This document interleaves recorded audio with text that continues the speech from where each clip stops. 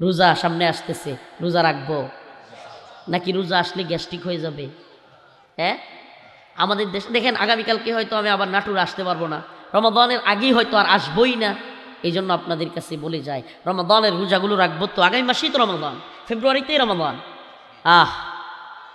সুবহানাল্লাহ, একেবারে কেমনে জানি ওই দিন রমজানটা গেল আবার আয়া পড়লো। ওই যে কিয়ামতের আলামত, খুব দ্রুত সময় চলে যাবে। সিরিয়াসলি বলবেন, সময় এখন দ্রুত চলে যায় না? খেয়াল পাচ্ছেন? আমি কই কিরে ওই দিন শুক্রবার আবার আজকে শুক্রবার আয়া পড়লো। সুবহানাল্লাহ, খুব দ্রুত সময় ফুরিয়ে যাবে, সময় ফুরিয়ে যাচ্ছে, হায়াত শেষ হয়ে যাচ্ছে, আল্লাহর সাথে মুলাকাত করবার সময় চলে আসতেছে, অথবা আমাদের মধ্যে অথচ কোনো খবর নাই, কোনো খবর নাই। এই বছর রমাদানের প্রত্যেকটা রোজা A to Z, 30টা হোক 29টা হোক, সব কয়টা রোজা আমরা রাখবো তো ইনশাআল্লাহ। এইবার রমজানের রোজা রাখা সবচেয়ে সহজ। শীত থাকবে রমজানে, রমজানে শীত থাকবে, এইবার বলে দিলাম আপনাদের, রমাদানে শীত থাকবে। শীত না থাকলেও তো রোজা রাখতে হবে, কিন্তু এইবারের রোজা সবচেয়ে সহজ। কেন বলতেছি জানেন? হিম্মত করেন। আমার উস্তাদ আল্লামা নূর হোসেন কাসিম রহমতুল্লাহ আলাইহি বলতেন যে কাজের নাম ইসমে আজম। কাজের নাম কি? আমার উস্তাদ বলতেন কোনো ব্যক্তি যদি অন্তর থেকে দৃঢ় ইচ্ছা করে যে আমি অমুক কাজটা করবই, এই ভালোভাবে বুঝবেন বাবারা, করব না করবই, করবই এক জিনিস আর করব আরেক জিনিস। করবই মানে আমি এটা অবশ্যই করব। যদি কোনো ব্যক্তি, আমার উস্তাদ বলেন, উনি চলে গেছেন, আল্লাহ তার কবরকে জান্নাতের বাগান বানায় দিক, নূর হোসেন কাসিম রহমতুল্লাহ আলাইহি বলতেন যে তুমি যদি বাবা ইচ্ছা করো যে আমি এটা করবই, যেই দিন এই ইচ্ছা করলা এই কাজটা করবাই, একেবারে দৃঢ় মন থেকে ইচ্ছা করলা, মনে করলা, অর্ধেক কাজ তখনই হয়ে গেছে। সুবহানাল্লাহ, এটার আলামত আমি পাইছি, আপনারাও পাবেন। কোনো কিছুর জন্য ইচ্ছা করেন, আল্লাহ পাক মানুষের ইচ্ছা সাধ্যের ভিতরেই সব রাখেন। সুবহানাল্লাহ, মানুষ চাইলে আল্লাহ তাআলা তার, আল্লাহ বলছেন লা ইকাল্লিফুল্লাহু নাফসান ইল্লা উসআহা, আল্লাহ পাক কারো উপরে এমন কিছু চাপায়া দেন না যেটা সে পারবে না। কি পারবে না এমন কিছু কি করেন না, আল্লাহ তাআলা চাপায়া দেন না। তাহলে আমাদের যেটা সামর্থ্য আছে আল্লাহ সেটাই দেন। রোজা রাখার সামর্থ্য আছে বলেই তো আল্লাহ রোজা দেন। আল্লাহ রোজা কি গরিবের জন্য দিয়েছেন না সকলের জন্য?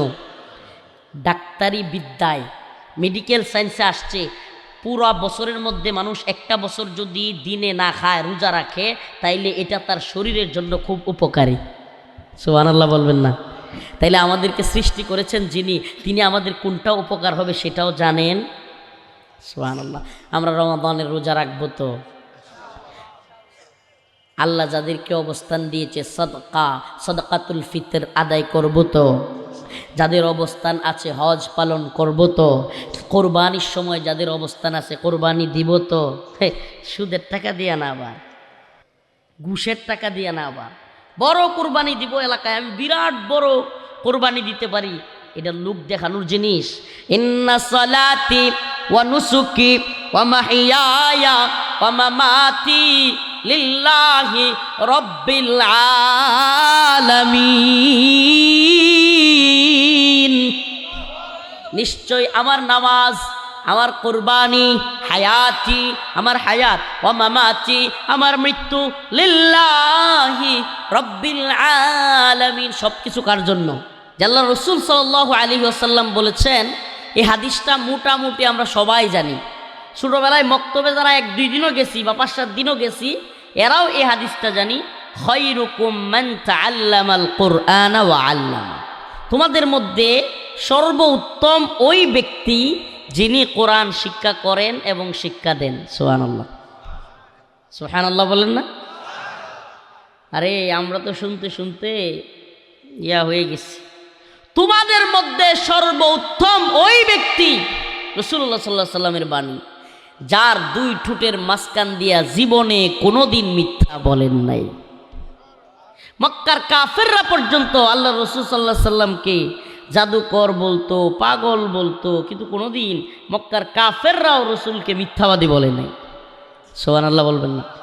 তাইলে সেই রসুল বলেছেন, পৃথিবীর আর কারো বলার দরকার আছে? কারো কথা শোনার টাইম আছে? আমার রসুল বলেছেন খায়রুকুম, তোমাদের মধ্যে উত্তম, মান তাআল্লামাল কুরআনা ওয়া আল্লামা, যে কোরআন শিক্ষা করে এবং শিক্ষা দেয়। তাইলে কোরআন শিক্ষা করা এবং দেয়া দরকার আছে না নাই? কোরআন ব্যতীত সমাধানের কোনো পথ নাই। কোরআন ব্যতীত এই উম্মার, এই বিশ্বের, এই জাতির কারো সফলতা, কামিয়াবি, মুক্তির পথে যাওয়া সম্ভব হবে না। প্রিয় ভাইরা আমার, আচ্ছা মাঝে মাঝে চিন্তা আসে না যে আমারে কে সৃষ্টি করলো? স্বাভাবিকভাবেই তো সবাই আমরা জানি আল্লাহ। কে সৃষ্টি করছে? এই আসমান, জমিন, তামাম পৃথিবী, এই একটা মানুষ, যার একজনের মুখের সাথে আরেকজনের মুখ মিলে না, যার একজনের হাঁটার সাথে আরেকজনের হাঁটা মিলে না। সুবহানাল্লাহ। নেত্রকোনার মানুষের মুখ একরকম, নেত্রকোনার একজন লোককেও এখানে মিলাইতে পারতেছি না, কেমন জানি আলাদা আলাদা লাগে। একজনের সাথে আরেকজনের চেহারার মিল নাই। সৌদি আরব গেছিলাম উমরা করতে, এত মানুষ দেখলাম, সুবহানাল্লাহ, বাংলাদেশি মানুষের মতো একজনেও মিলে না।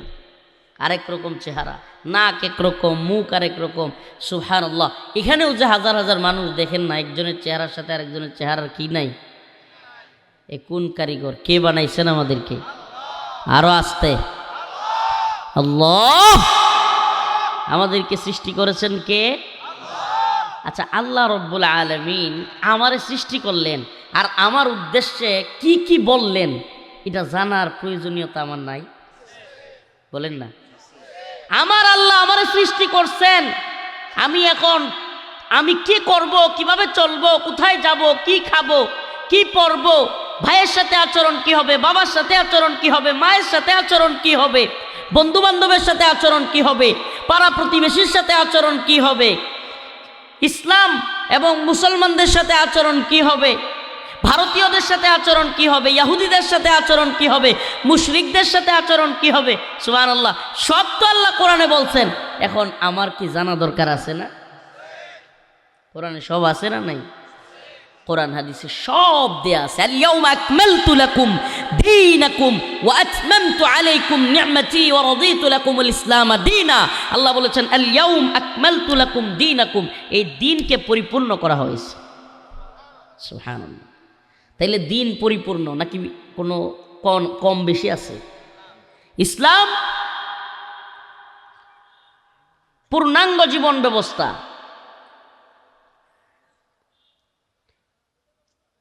কোড অফ লাইফ, পূর্ণাঙ্গ জীবন ব্যবস্থা দেয়া আছে।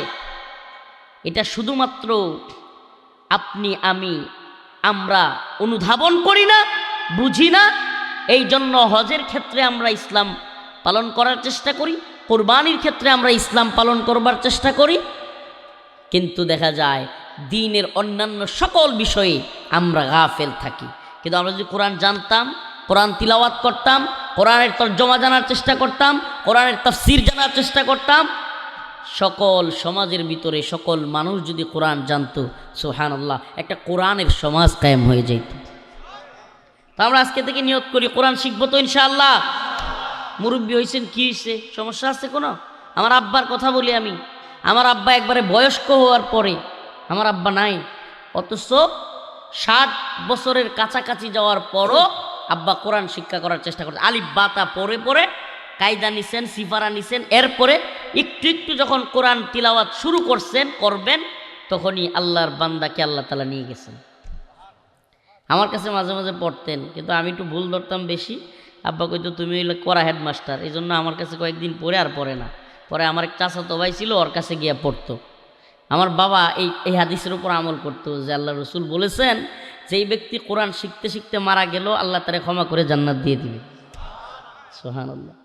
কোরআন শিক্ষার এত ফজিলত, এত ফজিলত। কোরআন শিখার চেষ্টা করবো তো ইনশাআল্লাহ। আল্লাহ তাআলা আমাদের সবাইকে কোরআন তিলাওয়াতের সুযোগ করে দেন, বলেন আমিন। এই চেষ্টাটা রাখবেন ভাই। আবারও বলছি, গ্রামের মানুষদেরকে বয়স্ক শিক্ষা চালু করবেন। আলেম ওলামাদেরকে বলি, প্রিয় ভাইরা, আপনারা চেষ্টা করবেন বয়স্ক শিক্ষা অথবা নৈশ মাদ্রাসা। কি মাদ্রাসা?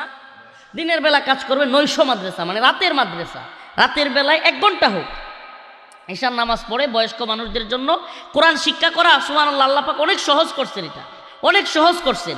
কোরআন শিক্ষা করা আহামরি কঠিন কোনো বিষয় না যে হুজুর এত বয়স হয়ে গেছে আমি পারবো। পারবেন আপনি, সুবহানাল্লাহ। অন্তত পক্ষে নামাজ পড়লে যে কয়টা সূরা সহি শুদ্ধভাবে তিলাওয়াত করার প্রয়োজন হয়, সেই সূরাগুলো কি জানা উচিত না? অনেক বড় দলের নেতা, অনেক বড় দলের বড় লিডার, কিন্তু দেখা যায় কোরআন সহি করে তিলাওয়াতই করতে পারে না। অনেক কিছু জানলেন আপনি, এই দুনিয়ার সব জানলেন আপনি, কি মূল্য আপনার? আপনি কোরআন জানলেন না। এই জন্য আল্লাহ বলছেন, কুল হাল ইয়াস্তাউিল্লাযীনা ইয়া'লামুনা ওয়াল্লাযীনা লা ইয়া'লামুন। আল্লাহ রাব্বুল আলামিন বলেন, হাল ইয়াস্তাউিল্লাযীনা ইয়া'লামুনা ওয়াল্লাযীনা লা ইয়া'লামুন। হে নবী আপনি বলুন, যারা জানে এবং যারা জানে না তারা কি কখনো সমান হতে পারে? সুবহানাল্লাহ। এই জানে আর জানে না মানে, আপনি মাস্টার ডিগ্রি পাস করতে পারেন, বিসিএস ক্যাডার হইতে পারেন, আল্লাহর এই আয়াত বলছে আপনি যদি কোরআন না জানেন আপনি কিছুই জানেন না। মানে কষ্ট নেবেন না, অনেক যারা ডিগ্রি দাঁড়িয়ে আছেন কষ্ট নেবেন না, কারণ আপনি কে জানলেন রে ভাই? আপনার রব, আপনি তো মানেন আপনাকে সৃষ্টি করছে একজন, তাহলে আল্লাহ আপনার রব যিনি সৃষ্টি করলেন তার কালাম, তার কথাগুলো কি আপনি সেটাই জানলেন না? এর চাইতে বড় কম বক্ত আর কিছু হইতে পারে? আল্লাহ আমাদেরকে কোরআন পড়ার সুযোগ করে দিক, আল্লাহ কোরআনের তাফসির বুঝার, তরজমা বোঝার সুযোগ করে দিক। এখন তো বাংলায় সুবহানাল্লাহ অনেক তরজমাতুল কোরআন পাওয়া যায়, সুন্দর সুন্দর তাফসির পাওয়া যায়। ইচ্ছা করলে এই শুনেন, আমাদের ধর্মটা অন্যান্য ধর্মের মতো না। হিন্দু ধর্ম বলেন বা বিভিন্ন ধর্মে দেখবেন ধর্মীয় গুরুরা ছাড়া, ঠাকুররা ছাড়া এদের জীবনে কোনোদিন এদের কোনো ধর্মগ্রন্থ নিজেরা হাত নিয়ে দেন। চ্যালেঞ্জ করলাম আমি, যান খুঁজলেন, ধর্মগ্রন্থ একদিনও তারা হাতে নেয় না, এমনকি হাতে নিলে তারা বুঝবেও না, এবং তাদেরকে তাদের ঠাকুররা ধর্মগ্রন্থ থেকে দূরেও রাখে। কিন্তু ইসলাম না, ইসলাম এমন ধর্ম না। ইসলাম বরং বলে যে আপনি বুঝার চেষ্টা করেন, আপনি নিজে বুঝেন। হুজুরদের দোয়া নিয়ে হুজুরদের মুখ থেকে শুইনা ইসলাম পালন করবার দরকার আপনার নাই। কেন? কারণ হুজুরদের মুখ থেকে শুনতে শুনতে শুনতে শুনতে যেই হুজুরের মুখ থেকে শুনবেন এই হুজুর গুমরা হয়ে যেতে পারে। দুনিয়া দারুল মাফতুন, দুনিয়া ফিতনার জায়গা। পকেট এবং পেটের দান্দায় যে কোনো আলেম, যে কোনো মৌলবি চেঞ্জ হয়ে যেতে পারে, কিন্তু কোরআন চেঞ্জ হবে না। ইসলামের দলিল এই জন্য কোরআন সুন্নাহ, কোরআন হাদিস। ইসলামের দলিল কোনো ব্যক্তি না। আগামীকালকে নাটোরের সবচাইতে বড় আলেম আল্লাহ না করো গুমরা হয়ে যেতে পারে, নাটোরের সবচাইতে বড় আলেম নিংটি মারা শুরু করতে পারে। এই জন্য নিংটি মারা জায়েজ হয়ে যাবে, শর্ট প্যান্ট পরা জায়েজ হয়ে যাবে, হাঁটুর উপরে কাপড় তোলা জায়েজ হয়ে যাবে। আমি তো একটা কথা প্রায়ই বলতাম যে বিএনপির নেত্রী কিংবা আওয়ামী লীগের নেত্রী পর্দা করে না, এই জন্য পর্দার বিধান আল্লাহর পক্ষ থেকে রহিত হয়ে যায় নাই। এটা বুঝেন, কষ্ট নিয়েন না। বিএনপি নেত্রী হোক, আওয়ামী লীগের নেত্রী হোক, যে কোনো নেতা নেত্রী হোক, কোরআনের বিধান যেটা, পর্দার বিধান যেটা, এটা কারো জন্য রহিত হয়ে যায়। ওনারা করেন না, এটার যাই জব ওনারা দিবেন আল্লাহর কাছে, কিন্তু এই জন্য এটা বলতে পারবেন না যে কোরআনে পর্দার বিধান রহিত হয়ে গেছে। নাউজুবিল্লাহ। কোনো হুজুররা যদি কোনো মহিলাদের সাথে আচলে চলে যায়, যে যত বড় নেত্রী হোক, যত কিছু হোক, তাইলেই ওই আলেম, দেশের বড় আলেম চলে যাওয়ার কারণেই কখনোই কোরআনের পর্দার বিধান রহিত হয়ে যাবে। আরো ভালোভাবে বুঝেন, এদেশের কোনো তথাকথিত ইসলামিক বড় দলের নেতা, বড় দলের লিডার মহিলাদেরকে নিয়ে টকশো করলেই, হাসাহাসি করলেই, গল্পগুজব করলেই পর্দার বিধান রহিত হয়ে যাবে। ভালোভাবে বুঝবার চেষ্টা করুন। ইসলাম ইসলাম ইসলাম জাস আমি মানি না, সেটা ভিন্ন বিষয়, আল্লাহর কাছে ক্ষমা চাইব, কিন্তু ইসলামকে ইনিয়ে বিনিয়ে সহজ করার কোনো সূরত নেই। আল্লাহ রাসূল সাল্লাল্লাহু আলাইহি ওয়াসাল্লামের জামানায় যেমন ছিল এখনো আছে, কিয়ামত অবধি এমনই থাকবে। কোরআনের একটা শব্দ পুরো পৃথিবীর যে কোনো জায়গায় যাবেন, বাংলাদেশের কোরআন নেবেন, ভারত, আমেরিকা, রাশিয়া, চীন, জাপান, ইংল্যান্ড, যে কোনো জায়গায়, Bosnia, Chechnya, Mali, Somalia, Yemen, Afghan, Uyghur, Kashmir, পৃথিবীর যে কোনো কান্ট্রিতে যায়া কোরআন হাতে নেবেন, কোথাও কোথাও একটা শব্দ, একটা হরফ, একটা আয়াত, একটা সূরা তো দূরের কথা, একটা আয়াত, একটা শব্দ, একটা হরফও ব্যতিক্রম পাবেন। সুবহানাল্লাহি ওয়া বিহামদিহি। এটা কোরআনের মুজিজা, এটা এমন এক মুজিজা যে আল্লাহ পাক বলেন, ইন্না নাহনু নাযালনা যিকরা ওয়া ইন্না লাহু লাহাফিযুন।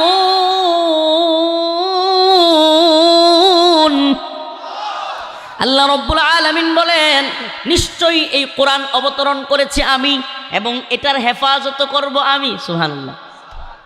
আল্লাহ হেফাজত করতেছেন না? কেমনে করতেছেন? আল্লাহ কি নিজে করবেন? কেমনে করবেন? সুবহানাল্লাহ। আল্লাহ পাক হেফাজত করবেন হাফেজদের মাধ্যমে, আলেমদের মাধ্যমে। সারা পৃথিবীতে যেই পরিমাণে কোরআনের হাফেজ, পৃথিবীর কোনো ধর্মগ্রন্থের এত হাফেজ আছে? সুবহানাল্লাহ। এত বড় কিতাব, 6666টা আয়াত, এতগুলো পৃষ্ঠা। সুবহানাল্লাহ। হাফেজ সাহেবরা ঠুনস্ত জিগাইলেই বলতে থাকে, ছোট্ট একটা অংশ বললেও শুরু করে দেয় পড়া। সুবহানাল্লাহ বলবেন না? এটা কোরআনের মুজিজা। গোটা পৃথিবীতে সবচাইতে বেশি কোনো পুস্তকের মুখস্থকারী হাফেজ, সবচাইতে বেশি বেদের হাফেজ না, পট উপনিষদের হাফেজ না, বাইবেলের হাফেজ না, তাওরাত ইনজিলের বাইবেল একত্র করে যেটা বানাইছে এটার হাফেজ না, সবচাইতে বেশি হাফেজ কোরআনের। সুবহানাল্লাহ। আজকেও আমরা মঞ্চে দুইজন হাফেজে কোরআনকে পাগড়ি পরায় দিলাম। আল্লাহ তাআলা তাদেরকে দ্বীনের জন্য কবুল করুক, মঞ্জুর করুক। তো যে আয়াত পড়লাম কোরআনের সূরাতুল জিলজাল, আল্লাহ রসুল সাল্লাল্লাহু আলাইহি সাল্লামের কাছে এক লোক আসলো। আল্লাহ রসুল, মনে আছে আব্দুল্লাহ ইবনে আমর বলেন যে ওই লোক আইসা রসুল সাল্লাল্লাহু আলাইহি সাল্লামকে বলতেছেন, আমাকে কোরআন পাঠ শিখাইয়া দেন, কি কোরআনের কোন সূরা থেকে শুরু করব? আল্লাহ রসুল বললেন, তুমি আলিফ লাম র, যেই সূরাগুলোর শুরুতে আলিফ লাম র, এই সূরাগুলো থেকে শুরু করো। সাহাবী বললেন, ইয়া রাসূলুল্লাহ, আমি তো একটু বয়স হয়ে গেছে, আমার তো ঠোঁট জিহ্বা বাড়ি হয়ে গেছে, এত বড় সূরা পারবো না। আল্লাহ রসুল বললেন, তাইলে হামিম, এই সূরাগুলো থেকে শুরু করো। ওই সাহাবী আবার, ইয়া রাসূলুল্লাহ, হামিম থেকে আমি পারবো না, আমি তো ছোট্ট সূরা দেন আমারে, বড় সূরা আমার জিহ্বা মোটা হয়ে গেছে। আল্লাহ রসুল সাল্লাল্লাহু আলাইহি সাল্লাম বললেন, ইউসাব্বিহু লিল্লাহ, এটা থেকে শুরু করো। ওই সাহাবী বললেন, ইয়া রাসূলুল্লাহ, এটাও আমি পারবো না। তখন আল্লাহ রসুল বললেন, ইযা যুলজিলাতিল আরদু জিলজালাহা ওয়া আখরাজাতিল আরদু আথকালাহা। আল্লাহ রসুল পড়লেন, ওই সাহাবীও সাথে সাথে পড়তে শুরু করলেন এবং বললেন, আমি মৃত্যুর আগ পর্যন্ত এই সূরা পড়তেই থাকবো, পড়তেই থাকবো। সুবহানাল্লাহ। আল্লাহ রসুল সাল্লাল্লাহু আলাইহি সাল্লাম ওই লোক চলে যাওয়ার পর অন্য এক সাহাবীকে বলতেছেন, ওই যে দেখছো লোকটা যাচ্ছে সূরাতুল জিলজাল নিয়ে, এই লোকটা সফল হয়ে গেছে। সুবহানাল্লাহ বলবেন না? আল্লাহ রসুল বলছেন সফল হয়ে গেছে, আর আমরা সূরা জিলজাল তিলাওয়াত করলে, কোরআন পাঠ করলে রসুল বলতেছেন যে এই লোক সফল হয়ে গেছে। আর আমরা এই দুনিয়ায় কেউ যদি নিজের ছেলে দুইটারে বিদেশ পাঠাইয়া দিয়া লাখ লাখ টাকা ইনকাম করাইতে পারে, তাইলে বাজারে আমরা আলোচনা করি, অমুক তো সফল হয়ে গেছে, অমুকের তো আর পিছনে ফিরে তাকানি লাগবে না। বলি কি বলি না? অমুকের তো আর পিছনে ফিরে তাকানোর সময় নাই। যদি কারো একটা ছেলে বিশাল বড় এক চাকরি পাইছে ব্যাংকে, নাউজুবিল্লাহ, সুদের ব্যাংকে, কোথায়? সুদের ব্যাংকে চাকরি পাইছে, তবুও নিজেকে সফল মনে করে। আফসোস, মুমিনের এতটুকু গায়রত নাই। সুদের ব্যাংকে চাকরি পায়াও সমাজের মধ্যেও সমস্যা নাই, বিয়ে শাদিতেও সমস্যা নাই। কেউ বলে না যে ব্যাংকে চাকরি করে, এই সুদের ব্যাংকে চাকরি করে, আমি আমার মেয়েটাকে দিব না, কেউ বলে না, বরং আরো খুঁজে ব্যাংকে চাকরি করে, খালি টাকা উঠামু আর খামু। আহাল্লাল্লাহুল বাইআ ওয়া হাররামার রিবা। ওই যে আগেই বলেছিলাম, আমরা তো মুসলমান, কিন্তু আমাদের মুসলমানিত্ব শুধুমাত্র নামাজের মধ্যে, শুধুমাত্র হজের মধ্যে, শুধুমাত্র কোরবানির মধ্যে। আল্লাহ মাফ করুক, অনেকে আবার শীত আইছে নামাজও পড়ে না, হুজুর ভয়ে নামাজও ছেড়ে দেয়, নাউজুবিল্লাহ। আল্লাহ আমাদেরকে হেদায়েত দান করুক, বলে না আমিন। নামাজ সারা যাবে, নামাজ সারা যাবে, ফজরের নামাজ পড়বো তো ইনশাআল্লাহ। এখন কোন লিল্লাহি তাকবীর। আল্লাহ আমাদের সবাইকে ফজরের নামাজ পড়ার তৌফিক দান করুক। এই ঠান্ডার মধ্যে যেই ব্যক্তি ফজরের নামাজ পড়বে, সেই ব্যক্তি অবশ্যই অবশ্যই বাকি 4 ওয়াক্ত নামাজও পড়তে পারবে। আল্লাহ তাআলা আমাদের সবাইকে নামাজি বানাক, বলেন আমিন। আরো জোরে বলেন আমিন।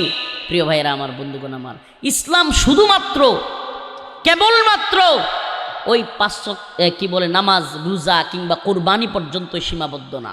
ইসলামে আল্লাহ যেই বিধান দিয়েছেন, আল্লাহ বলছেন আহাল্লাল্লাহুল বাইআ ওয়া হাররামার রিবা, আমি ক্রয় বিক্রয়কে হালাল করেছি, সুদকে করেছি হারাম। সুদ কি? ডক্টর মোহাম্মদ ইউনূস সুদ খাইলে হালাল? হ্যাঁ, আওয়ামী লীগের নেত্রী সুদ খাইলে হালাল, বিএনপির নেত্রী সুদ খাইলে হালাল, জাতীয় পার্টি সুদের লাইসেন্স দিলে হালাল। সুবহানাল্লাহ। সুদ হারাম করেছেন কে? আল্লাহ। যা হারাম করেছেন, পৃথিবীর কারো শক্তি আছে সুদকে হালাল করবে? এই বাংলাদেশে যত সরকার আসছে, আওয়ামী লীগ সরকার, বিএনপি সরকার, বিএনপি জামাত জোট সরকার, জাতীয় পার্টি সরকার, যত সরকার আছে, সব সময় সুদের ব্যাংকগুলোর লাইসেন্স আছে না নাই? সোনালী ব্যাংক, রূপালী ব্যাংক, অগ্রণী ব্যাংক, অমুক ব্যাংক, তমুক ব্যাংক।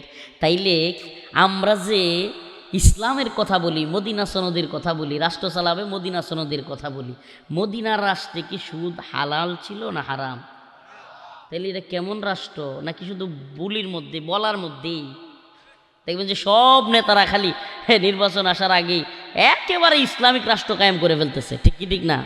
আরে ভাই, আপনি ইসলামী রাষ্ট্র কিভাবে কায়েম করবেন? আপনি ইসলামী রাষ্ট্রের রূপরেখাই তো জানেন না, মদিনা রাষ্ট্রের রূপরেখাই তো আপনি জানেন না। মদিনা রাষ্ট্রে আল্লাহ রাসূল সাল্লাল্লাহু আলাইহি সাল্লাম পর্দার বিধান নাজিল হওয়ার পরে পর্দার খেলাফ করেছেন। সুদের বিধান নাজিল হওয়ার পরে সুদ কি রাসূলুল্লাহ সাল্লাল্লাহু আলাইহি সাল্লাম পালন করেছেন? সুদের ব্যাংক কিংবা সুদের লেনদেন এগুলো চালু রেখেছিলেন? আল্লাহ রাসূল সাল্লাল্লাহু আলাইহি সাল্লাম জিনা ব্যভিচারের যতগুলো পতিতালয় আছে এই পতিতালয়গুলো খোলা রেখেছিলেন? মদিনা সনদের নাম না নিয়া আগে পারলে সুস্পষ্ট জাতিকে বলেন যে আমরা যদি ক্ষমতায় আসি সুদের সমস্ত ব্যাংক বন্ধ, সুদি লেনদেন বন্ধ। আমরা যদি ক্ষমতায় আসি, সুস্পষ্ট কথা, পতিতালয়গুলো জিনা ব্যভিচারের পতিতালয় বন্ধ। আমরা যদি ক্ষমতায় আসি মদের বার বন্ধ। বাপের বেটা হইলে এটা বলুন, তাইলে বুঝবো আপনি ইসলাম চান। আমরা যদি ক্ষমতায় আসি পেট উদাম করে, পিঠ উদাম করে, নিজের যৌনাঙ্গ দেখায়া, নিজের শরীর দেখায়া মা বোনদেরকে আমরা চলতে দিব না, এইটা বলেন, তাইলে না বোঝা যাবে ইসলাম। ইনায়া বিনায়া এগুলো বইলে লাভ নাই রে ভাই, মানুষ বুঝে, এগুলা বইলে লাভ নাই। ইসলামের মৌলিক কনসেপ্টগুলো থেকে আজকে আমরা এত দূরে সরে যাচ্ছি, এত দূরে সরে যাচ্ছি। আবার বলি ইসলাম কায়েম করব, আবার বলি কোরআন কায়েম করব। আরে কোরআন আল্লাহ সুস্পষ্ট বলছেন, ইন্নামাল খামর ওয়াল মাইসির ওয়াল আনসাব রিজসুম মিন আমালিশ শাইতান। মদ জুয়া এগুলা হলো শয়তানের কাজ। কার কাজ? এগুলা মুমিনের জন্য হারাম। আমার বাংলাদেশে মদের লাইসেন্স দেওয়া বার আছে না নাই? বলেন আছে না নাই? তাইলে আপনি এইভাবে বলবেন, ইনেয়া বিনেয়া ঘুরে পেঁচায় বলার দরকার নেই, সুস্পষ্ট যে আমরা যদি ক্ষমতায় আসি মদের একটা বারও বাংলাদেশে থাকবে না। লাইসেন্স আর আনা লাইসেন্স কোনো ধরনের মদ খাওয়া বাংলাদেশে চলবে, ফেন্সিডিল খাওয়া চলবে, হিরোইন খাওয়া চলবে, ইয়াবা খাওয়া চলবে। সুস্পষ্ট বলেন, এ জাতি একটা ভালো মেসেজ পাবে যে হ্যাঁ এই লোকগুলো আসলে অন্তত পক্ষে ইসলামিক শাসন চলবে এবং ইসলামের বাহিরের জিনিসগুলো করা যাবে। শুনেন, ইসলামিক সরকার গঠন আর ইসলামের নামে ওয়াজ করা দুইটা ভিন্ন বিষয়। সরকার গঠন করার পরে আপনার অধীনস্থ লোকদেরকে অবশ্যই আপনাকে বাধ্য করতে হবে। নামাজ না পড়লে অবশ্যই অবশ্যই আপনার অধীনস্থ রাষ্ট্রে নামাজ না পড়ার শাস্তির বিধান করতে হবে, কারণ এটাই রাসূলুল্লাহ সাল্লাল্লাহু আলাইহি সাল্লামের বিধান। যদি এগুলো বলেন যে ওই যে মানে সেলসেলায়া জান্নাতে জামগা, আপনি নামাজ পড়লে পড়বেন, না করলে নাই, এই পর্দা করলে করবেন, না করলে নাই, এটা ইসলাম না, এটা ইসলাম না, এইটা শয়তানি। নামাজ পড়লে বললেন, না বললে নাই, পর্দা করলে করলেন, না করলে নাই, ঐচ্ছিক। নাউজুবিল্লাহ, ইসলামে ঐচ্ছিকতার সুযোগ নাই। ইসলামী রাষ্ট্র প্রতিষ্ঠা হলে আপনাকে অবশ্যই অবশ্যই নামাজ না পড়লে শাস্তি দেওয়া হবে, আপনাকে অবশ্যই অবশ্যই রোজা না রাখলে শাস্তি দেওয়া হবে। হ্যাঁ, যদি উজর থাকে ভিন্ন বিষয়, আপনার যদি সমস্যা থাকে ভিন্ন বিষয়। আল্লাহ তাআলা আমাদের বুঝার তৌফিক দান করুক। ইউশিকু আইয়াতি আলান নাসি জামান লা ইয়াবকা মিনাল ইসলাম ইল্লা ইসমুহু। আমার রাসূল বলেন, শেষ জামানা আসতেছে। কোন জামানা? বলেন কোন জামানা? কিয়ামতের পরে শেষ জামানা আসবে না আগে? আসেন না কিছু আলামত মিলাই দেখি, আসছে, আসবে না এসে গেছে, একটু আমার আলামতগুলো মিলাই। আল্লাহ রাসূল বলছেন যে ইউশিকু, অচিরেই, আইয়াতি আলান নাসি জামান, এমন একটা জামানা আসতেছে লা ইয়াবকা মিনাল ইসলাম, ইসলাম বলে কিছু থাকবে না, ইল্লা ইসমুহু, নাম মাত্র। কি মাত্র? ইসলাম উদ্দিন, ইসলাম পালন করবে না। রমজান আলী রমজানের রোজা রাখবে না। ঈমান আলী ঈমান নাই। কথা বলেন না কেন? আমাদের সমাজে অনেক রমজান আলী আছে না যে রমজানের রোজা রাখে না? অনেক ঈমান আলী আছে না যে বেঈমানের মতো কথা কয়? হ্যাঁ, নামে ইসলাম হবে। এটা আল্লাহর রাসূলের কথা, আমার কথা না। লা ইয়াবকা মিনাল ইসলাম ইল্লা ইসমুহু, জাস্ট শুধুমাত্র নামটা থাকবে ইসলাম উদ্দিন, কিন্তু ইসলাম উদ্দিন মসজিদে যাবে না। আল্লাহ তাআলা আমাদেরকে হেদায়েত দান করুক। আরো জোরে বলেন আমিন। তাইলে শেষ জামানা চলে আসতেছে। আল্লাহ পাক কোরআনের এই সূরাতুল জিলজালের মধ্যে স্পষ্ট বলতেছেন, ইযা যুলজিলাতিল আরদু জিলজালাহা وأخرجت الأرض أثقالها وقال الإنسان ما لها يومئذ تحدث أخبارها إذا زلزلت الأرض زلزالها আল্লাহ পাক বলেন এমন এক কম্পন সৃষ্টি হবে, পুরো পৃথিবী এমন এক প্রকম্পিত হবে। ইদা সুলসিলাতিল আরদ জিলজালাহা, আসমান এমন এক কম্পন সৃষ্টি করবে, জমিন এমন এক কম্পন সৃষ্টি করবে, সব কিছু তুলার মতো উঠতে থাকবে, তুলা তুলা উঠতে থাকবে। ওয়াখরাজাতিল আরদ আসকালাহা, জমিন তার সব কিছু ছেড়ে দিবে, সোনা গহনা টাকা পয়সা সব উড়তে থাকবে উড়তে থাকবে, স্বর্ণ উড়তে থাকবে। ওয়াকালাল ইনসান মা লাহা, মানুষ তাকায় তাকায় দেখবে আয় হায় এই কি অবস্থা, যেই স্বর্ণ লড়তে পারে না, যেই টাকা লড়তে পারে না, যেই গহনা লড়তে পারে না, যেই রূপা চলতে পারে না, আজ এগুলো এইভাবে উঠতেছে কেন? ওয়াকালাল ইনসান মা লাহা, মানুষজন বলবে আয় হায় এগুলার কি হয়ে গেল, এই টাকা পয়সা স্বর্ণ গহনা এগুলা কেন উঠতেছে? ওই দাউদ ফয়সাল করিম, ওই ভণ্ড খুনি, ওই দিন যদি সে থাকে, সে চিৎকার করে বলবে আয় হায় আমি কি এই টাকার জন্য উসমান হাদিকে হত্যা করছিলাম? খুনিরা সেদিন বলবে ওয়াকালাল ইনসান মা লাহা, হায় হায়, খুনিরা বলবে এই টাকা পয়সার জন্য আমি খুন করছিলাম, এই আওয়ামী লীগ আমার টাকা দিবে, ভারত আমার টাকা দিবে। একটা সমাজের দিকে নিয়ে যেতে পারবো জাতিকে, যে আমাদের জাতি ভারতের গোলামি করবে না, একটা ইনসাফের সমাজ তৈরি করবার চেষ্টা করব। যদি মারা যায় আমার কোনো দায় নাই, যদি শহীদ হয়ে যায় আমার কোনো চাওয়া নাই, আমার জাতি যেন আমার বিচারটা অন্তত করে। ছোট্ট এই কথাটা বলেছিল। আর আজকে দেখেন অবস্থা, এই নেতারা, এই ইসি, নির্বাচন কমিশন, এরা বলে হাদি ভাইয়ের মৃত্যু, মুসাব্বিরের মৃত্যু, তাদের নেতারা খোদ তাদের নেতা পর্যন্ত বলা শুরু করেছে যে এগুলো বিচ্ছিন্ন ঘটনা। নাউজুবিল্লাহ। যেই মায়ের বুক খালি হয় সেই মা জানে এটা বিচ্ছিন্ন নাকি তার কলিজার টুকরা সন্তান পৃথিবী থেকে চলে গেছে। যেই সন্তান তার বাবাকে পায় না সে বুঝতে পারে এটা বিচ্ছিন্ন নাকি তার জীবন থেকে তার বাবাই হারায় গেছে। আজকে আপনি মারা যান, কালকে আরেকজন বলবে বিচ্ছিন্ন ঘটনা, কারণ দেশে তো 20 কোটি মানুষ, একটা চলে গেলে তার কি হয়, কিন্তু যার পরিবারের যায় সে বুঝে, যার চলে যায় সে বুঝে হায় বিচ্ছেদের কি যন্ত্রণা। সুবহানাল্লাহ। যার চলে যায় সেই বুঝতে পারে তার ভাই চলে যাওয়ার যন্ত্রণা কতটুকু। সবাই তো চলে যাই কাছে থেকে অজানাই, তোমার চলে যাওয়া এত বিষাদ কেন লাগে, হাজার লাশের ভিড়ে তোমার দেহটা কেন এত মায়া মায়া লাগে। এটাই জাতির কথা। আমি যে কথা, এই পংক্তি, যে কবিতাটা বলছি, সুবহানাল্লাহ, শরীফ উসমান হাদি এই ছোট্ট বয়সে 32-33 বছর বয়স, গোটা জাতির যেই পরিমাণ ভালোবাসা পাইছে, হিন্দুত্ববাদীদের দালালি কইরা প্রধানমন্ত্রী হইয়াও কেউ এই ভালোবাসা পায় নাই। মন্ত্রী হইয়াও চাটুকার হইতে পারছে, গোলামি করতে পারছে, সেনা প্রধান হইয়াও, পুলিশের প্রধান হইয়াও, প্রধান বিচারপতি হইয়াও ভারতের গোলামি করা যায়। শরীফ উসমান হাদির মতো ভালোবাসা জাতির কাছ থেকে পাওয়া যায় না।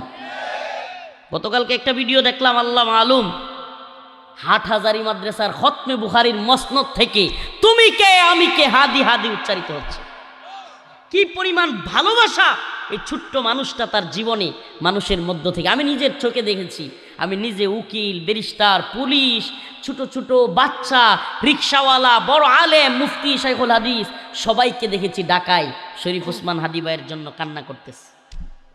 যেন চোখ দিয়ে তার আপন ভাই মারা গেলে যেমনে মানুষ কান্না করে এমনি কান্না করতেছে। এটাই তো তার পাওয়া। এমন জীবন তুমি করো হে গঠন, মরিলে হাসিবে তুমি কাঁদিবে ভুবন। ছোট্ট একটা সঙ্গীত বলবো। সবাই তো চলে যাই, কাছে থেকে অজানাই, তোমার চলে যাওয়া এত বিষাদ কেন লাগে? হাজার লাশের ভিড়ে তোমার দেহটা কেন এত মায়া মায়া লাগে? হাজার লাশের ভিড়ে তোমার দেহটা কেন এত মায়া মায়া লাগে? সবাই তো চলে যাই, কাছে থেকে অজানাই, তোমার চলে যাওয়া এত বিষাদ কেন লাগে? হাজার লাশের ভিড়ে তোমার দেহটা কেন এত মায়া মায়া লাগে? তুমি ছিলে প্রিয়জন, তুমি আপনজন, তোমায় হারিয়ে লাগে বড় একা। সাকাল্লাহু সারাকা ওয়াজআলাল জান্নাতা মাসওয়াকা।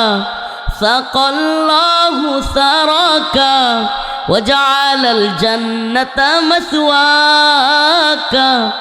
সবাই তো চলে যায়, কাছে থেকে অজানাই, তোমার চলে যাওয়া এত বিষাদ কেন লাগে?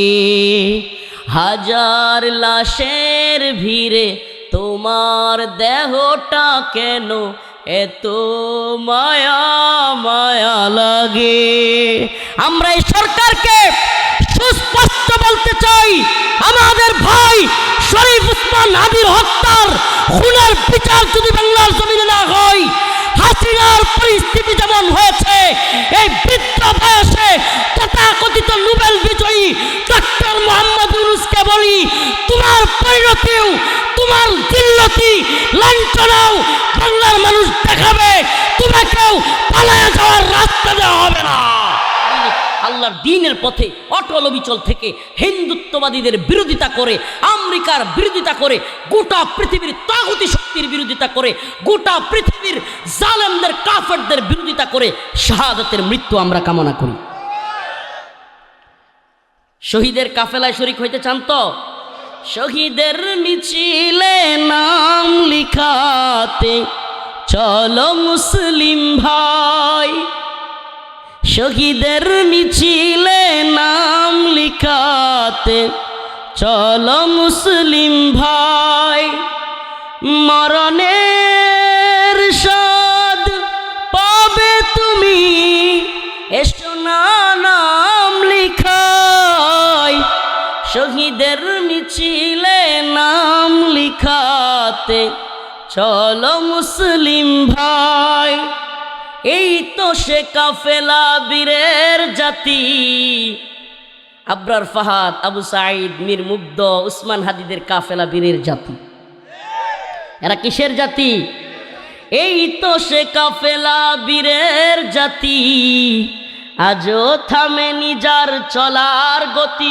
চলার গতি থাইমা যায় নাই। হিন্দুত্ববাদীরা এক উসমান হাদিরে মাইরা চলার গতি থামাই দিতে পারছে? আরও শত শত উসমান হাদির মতো জীবন আমরা দিতে প্রস্তুত। তবুও ভারতের গোলামি বাংলার জমিনে চলবে? এ গোলামি না আজাদি? কয় না রে, না গোলামি?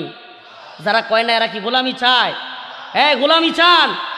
আপনাদের বড় দলের বড় নেতা যদি আমেরিকার গোলামি করে, আপনারা গোলামি করবেন? বড় দলের বড় পীর, বড় শায়েখ, বড় আল্লামা, বড় আমির যদি ভারতের গোলামি করে, পাকিস্তানের গোলামি করে, চীনের গোলামি করে, রাশিয়ার গোলামি করে, তুরস্কের গোলামি করে, আপনারাও কি এদের গোলামি করবেন নাকি আল্লাহর গোলামি করবেন? ইনিল হুকমু ইল্লা লিল্লাহ, আমারা আল্লাহ তা'বুদু ইল্লা ইয়্যাহ। আমরা আল্লাহর গোলাম, হুকুমও মানব কার? এই জমিন কার? হুকুম চলবে কার? ইবাদত হবে কার? এই জয় গান গায়া যদি মারা যেতে পারি, আশা করতে পারি আল্লাহ গুনাহগুলি মাফ করে জান্নাত দিবে।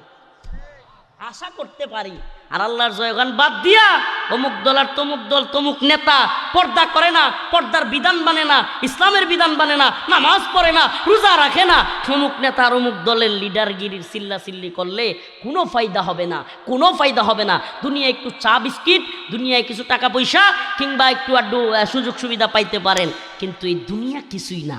ইযা যুলজিলাতিল আরদ জিলজালাহা ওয়া আখরাজাতিল আরদ আথকালাহা। খুনি বলবে আয় হায়, এই জন্য নি খুন করছিলাম, টাকা পয়সা দিয়ে উঠতেছে, সোনা গহনা দিয়ে উঠতেছে, রূপা উঠতেছে, সমস্ত কিছু উঠতে থাকবে। আর মানুষজন সকলে তাকায় থাকায় বলবে ওয়াকালাল ইনসান মা লাহা, আমি কি এই জন্যই খুন করেছিলাম। আত্মীয়তার সম্পর্ক ছিন্নকারী আছে না কিছু, বোনের সম্পদ দেয় না, মেয়েদের সম্পদ দেয় না, এরকম কিছু হতবাকা কিছু বদমাইশ লোক আছে না সমাজে। নারীর অধিকার নিয়ে চিল্লায় দেশের নারীবাদীরা, আর ওইদিকে আল্লাহ পাক মেয়েদের যে অধিকার দিছে আমাদের সমাজে ওই অধিকারটাই দেওয়া হয় না।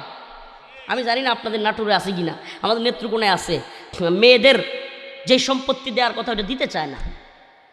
এই যে আত্মীয়তার সম্পর্ক ছিন্ন যারা করবে, আমাদের বোনদের আমাদের মাদের হক যারা নষ্ট করবে, এরা বলবে আয় হায় এই সম্পদের জন্য নিয়ে আত্মীয়তার সম্পর্ক নষ্ট করছিলাম। চোর বলবে চোর, আস-সারিকু ওয়াস-সারিকাতু ফাকতাউ আইদিয়াহুমা, চোর বলবে হায় হায় এই টাকা পয়সা চুরি করবার লেগে আমার হাত কাটছিল।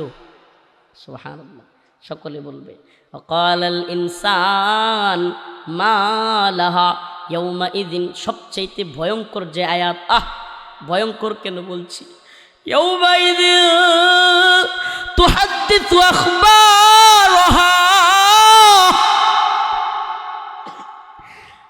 জমিন আল্লাহর কাছে সব বলে দিবে কে কোথায় হারাম কাজ করেছি, আমরা কে কোথায় খারাপ কাজ করেছি, নির্জনে কোথায় গুনাহ করেছি, কোথায় কার সাথে মেলামেশা করেছি, কোথায় বসে নেশা করেছি, কোথায় বসে মাদক সেবন করেছি, কোথায় খারাপ কাজ কোনটা করেছি। জমিন ওই দিন সবার সামনে বলতে থাকবে।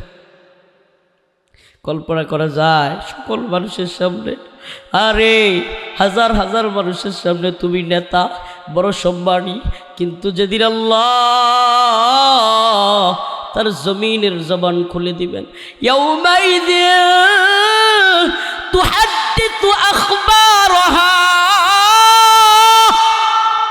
জমিন কোন জায়গায় গিয়া, কোন হোটেলে গিয়া, কোন পার্কে গিয়া, কোন গাছের তলে, কোথায় গিয়া কোন অপরাধ আমি আপনি করেছি, ওই গাছের নিচের জমিন বলা শুরু করবে। কি উপায় হবে আমার আপনার বলেন না? একবার চিন্তা করেন, অন্তর থেকে কান্দেন, আল্লাহর প্রতি একবার মুতাওয়াজ্জুহ হন, চোখগুলো বন্ধ করে চিন্তা করেন। আয় হায়, হাজার হাজার মানুষের সামনে জমিন বলতে থাকবে, এই শাহাবুদ্দিনের ছেলে রফিকুল ইসলাম ওই জায়গায় তো ওই অপরাধ করছে। কল্পনা করেন একবার, হাজার হাজার মানুষের সামনে। এই লাইট যেমন সত্য, এই মাইক চলতেছে যেমন সত্য, এই মঞ্চে মানুষ বসে আছে যেমন সত্য, আমার আলোচনা শুনতেছেন যেমন সত্য, তার চাইতেও হাজার গুণ বেশি সত্য আমার রবের কোরআন। ইয়াউমাইযিন তুহাদ্দিসু আখবারাহা, জমিন বলে দিবে অমুক নেতা অমুক বাড়িতে গিয়া ওইটা করছে, অমুক নেতা অমুক মেয়ের সাথে ওইটা করছে, অমুক হুজুর অমুক জায়গায় যাইয়া এটা করছে। সব মানুষের সামনে যখন বলা শুরু করবে, চিন্তা করেন এই মাহফিলে যদি আপনার গুনাহগুলি এখন এই মাইক দিয়া বলা হয়, এই মানুষদের সামনে, আপনার বাচ্চার সামনে, আপনার ভাইয়ের সামনে, আপনার বোনের সামনে, আপনার চেহারাটা দেখাইতে পারবেন? বলেন দেখাইতে পারবেন? আসেন না তওবা করি, আসেন না আল্লাহর দিকে ফিরে যাই। ফাফিররু ফাফিররু ফাফিররু ইলাল্লাহ, ফাফিররু ইলাল্লাহ,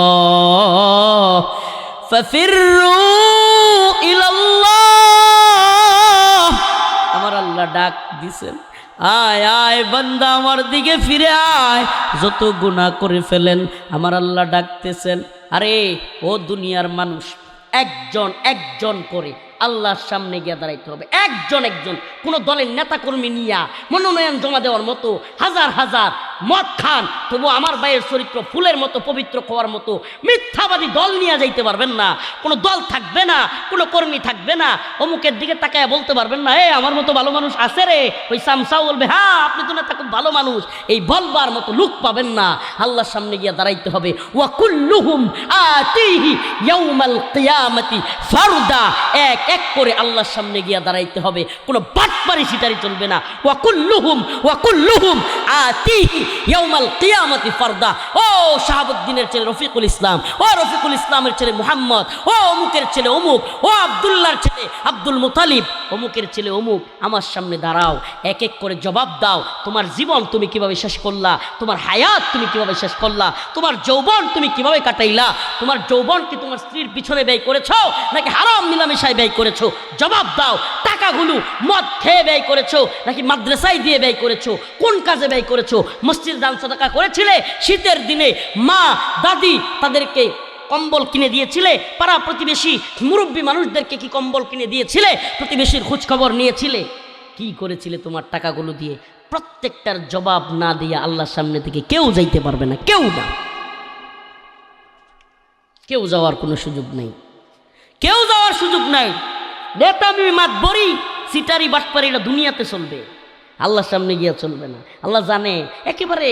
আরে আমি রিমান্ডে কারাগারে সুবহানাল্লাহ আশ্চর্য হয়ে গেছি। আমারে রিমান্ডে নিছে প্রথম দ্বিতীয় দিন র্যাব। হঠাৎ করে আমার সামনে এরকম একটা কাগজ আনছে, দেখলাম যে লম্বা লিস্ট, অনেকগুলো নাম্বার লেখা। আমি কই কি এডি কি? পরে দেখাইতেছে যে আমি বিগত 1 মাস কার সাথে কথা বলছি, কোন নাম্বারে কথা বলছি, সম্পূর্ণ ডিটেলস। আমি আশ্চর্য হয়ে গেলাম, সুবহানাল্লাহ দুনিয়াতে এই অবস্থা, আমলনামা হাতে দিয়ে দিছে। আরে কি আশ্চর্য! 1 মাস আমার ফোন দিয়ে কি ছবি তোলা হয়েছে, কার সাথে কথা বলছি, রেকর্ড কি কথা বলছি, সব এই দুনিয়ার এই ছোট্ট ছোট্ট প্রযুক্তি দিয়া, দুনিয়ার মাথা দিয়া, দুনিয়ার গিলু দিয়া, দুনিয়ার মানুষের মেমোরি দিয়ে যদি এটা সম্ভব হয় যে আমি কোন কোন রাজনীতিবিদের সাথে কথা বলছি, কোন কোন আলেমের সাথে কথা বলছি, এইগুলা যদি তাদের কাছে জমা থাকে, তাইলে আল্লাহর কাছে সুবহানাল্লাহ, আল্লাহর ক্যামেরা তো আনলিমিটেড ফিট করা। আল্লাহর তো সুবহানাল্লাহ পুরো পৃথিবীটাই ক্যামেরা। আল্লাহ যদি সামনে হাজির করে দেয়, এই যে দেখো তুমি এই করেছো, ওই দিন কি আর বলার সুযোগ আছে? না না আমি এটা করি নাই, আমি এটা করি নাই, আল্লাহ আমি কথা সাফা সুফা উপরে ফেলবে, একবারে থাকবে না। ওই দিন কি বলার সুযোগ আছে এটা করি নাই? হ্যাঁ, অনেক মানুষ দেখবেন চুরি হাতে নাতে ধরা খাওয়ার পরেও করবে না না আমি এটা করি নাই। এটা বলার সুযোগ আছে? নাই, কোনো সুযোগ নাই। আল্লাহর কাছে আমাদেরকে দাঁড়াইতে হবে, আল্লাহর কাছে দাঁড়াইতে হবে।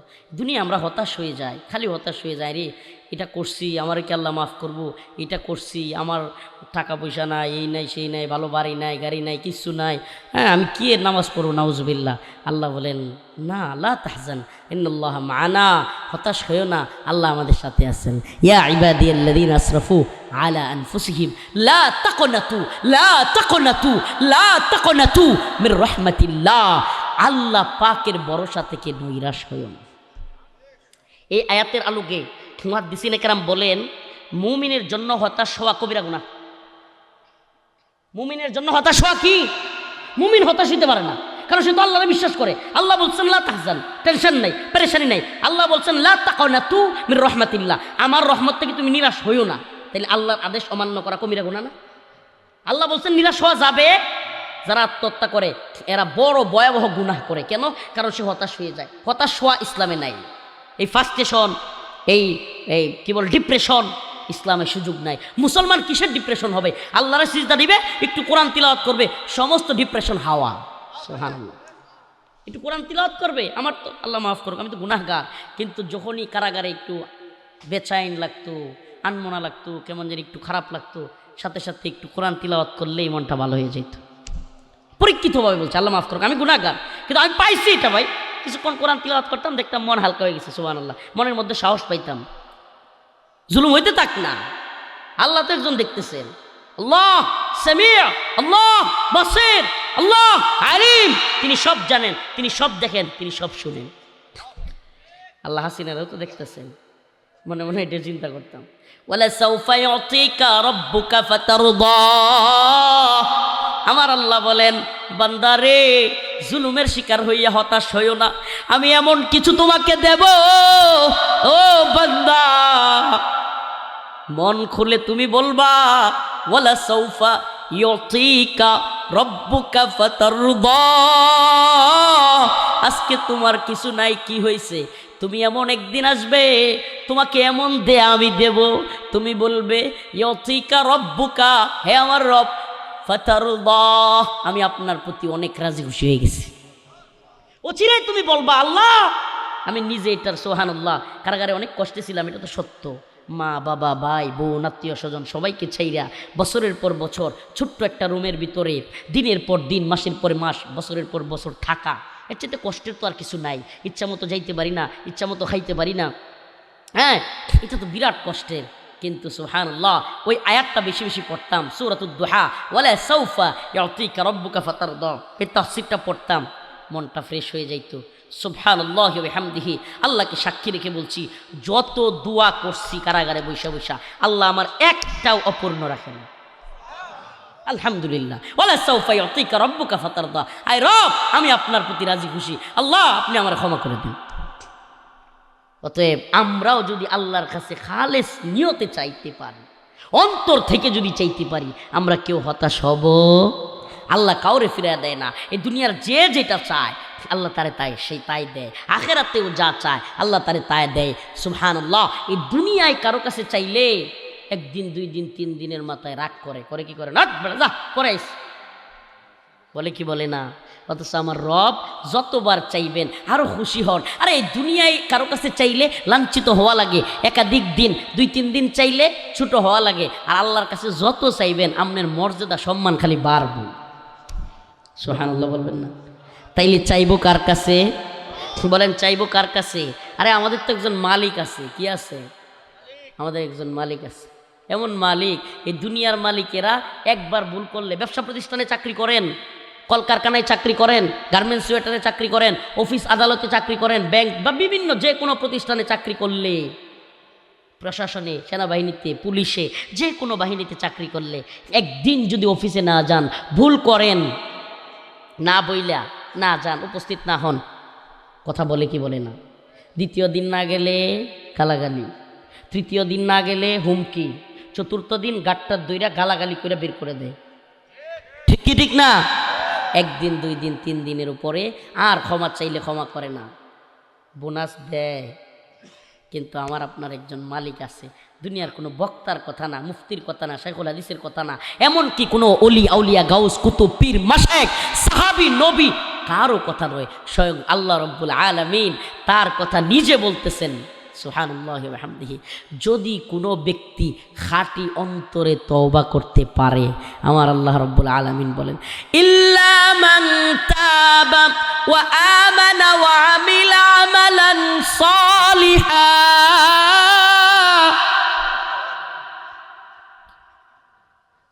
ইল্লা মান তাবা ওয়া আমানা ওয়া আমিলা আমালান সালিহা।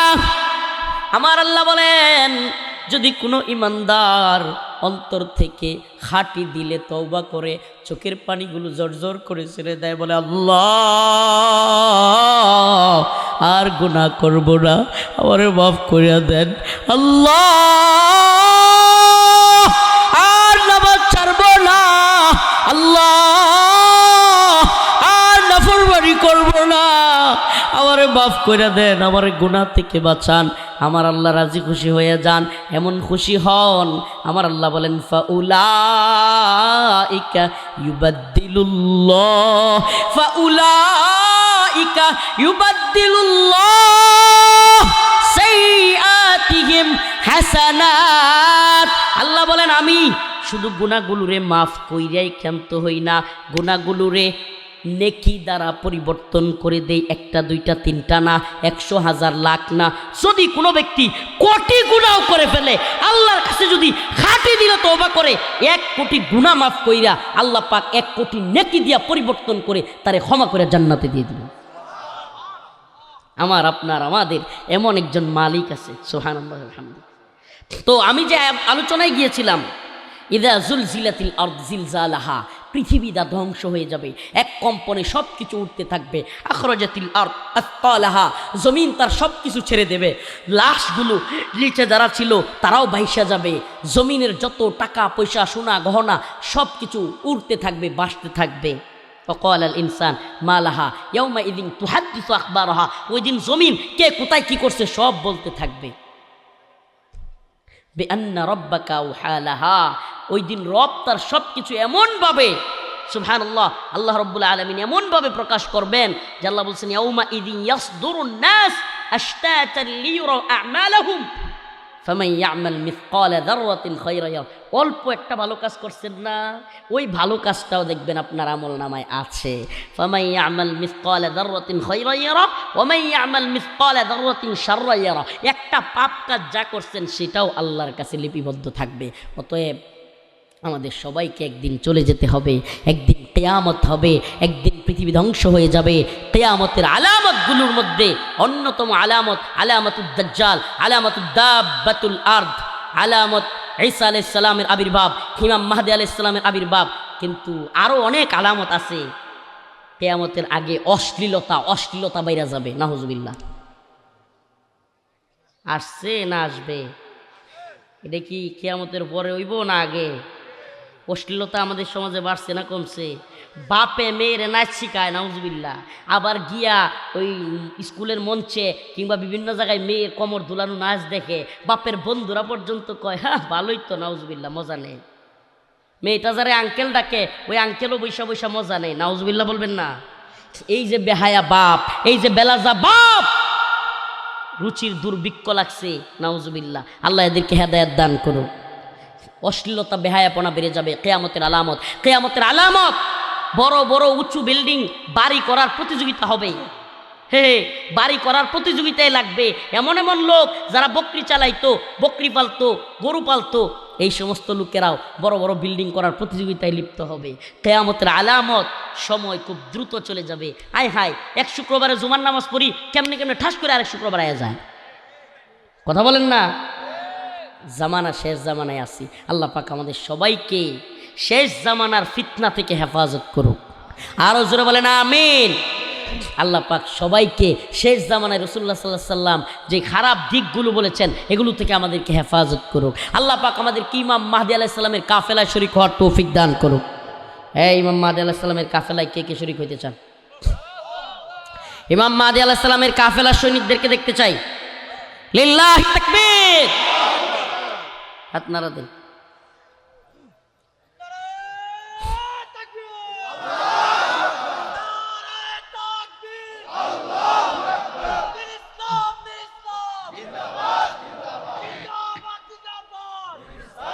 আল্লাহ, আল্লাহু আকবার। আল্লাহ, তুমি এই হাতগুলার দিনের জন্য কবুল করো। ইমাম মাহদী আলাইহিস সালামের সৈনিক হিসেবে কবুল করো। ইমাম মাহদী আলাইহিস সালামের সৈনিক দলে ফজরের নামাজ পড়নেওয়ালারা থাকবে। এখন তো অনেকেই বাদ, এখন কেমনে কি? সুবহানাল্লাহ, এটা কিন্তু বাস্তব কথা। ইমাম মাহদী আলাইহিস সালামের কাফেলায় থাকবে ফজরের সালাত আদায়কারীরা। ফজরের সালাত শীতের দিনে আদায়কারীরা থাকবে ইমাম মাহদী আলাইহিস সালামের কাফেলায়। আজকে থেকে তাইলে ফজরের নামাজ ছাড়বো? মাহদী আলাইহিস সালামের কাফেলায় থাকতে হলে ফজরের নামাজ ছাড়া যাবে?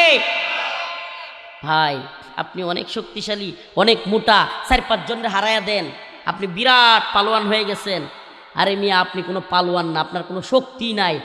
আপনার ফজরের নামাজের সময় এই ছোট্ট একটা কম্বল টান দিয়া উঠানোর শক্তি নাই।